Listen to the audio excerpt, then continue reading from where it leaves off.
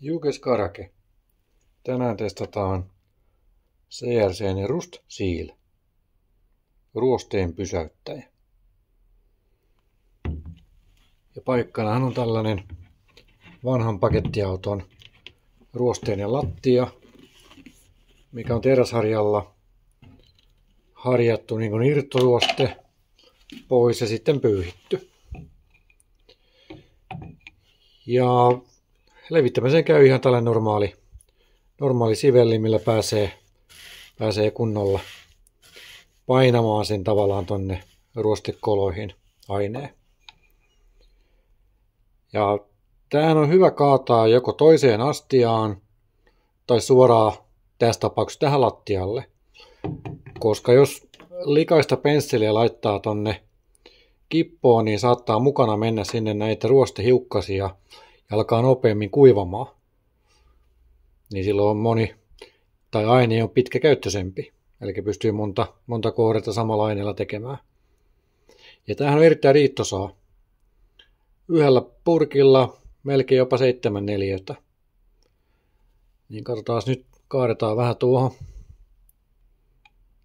Täällä on mustaa ainetta ja sitten lähdetään tavallaan hinkkaamaan kunnolla tonne ruosteiselle pinnalle.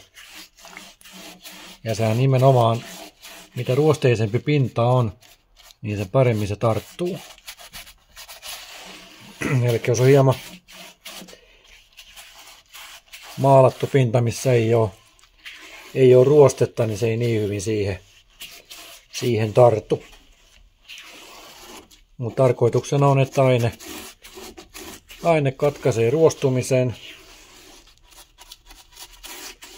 Eli se tekee siihen metallipinnalle yhtenäisen kalvon ja estää kosteuden pääsyn metallipinnalle ja näin ollen estää myös sen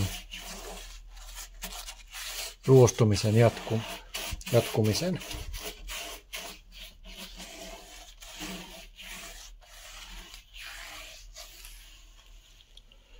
Näin nyt huomasin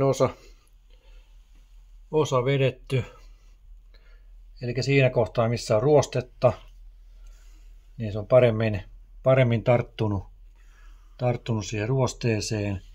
Ja taas sitten tuommoinen kohta, missä esimerkiksi on maalia, vielä ehjää maalia, niin se ei niin hyvin siihen maalin päälle tartu.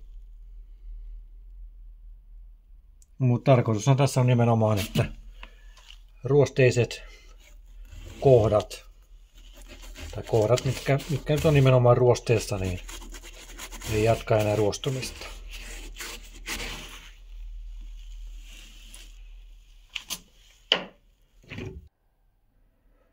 Nyt on koko lattia vedetty Rust Sealillä. Ja tässä hyvin näkee, että se kohta, missä on ruostetta, niin siihen aine on tarttunut lujasti. Ja maalatulla pinnalla niin aine ei niin hyvin tartu. Mutta sillähän ei ole merkitystä, koska nyt vaan saadaan ruoste loppumaan.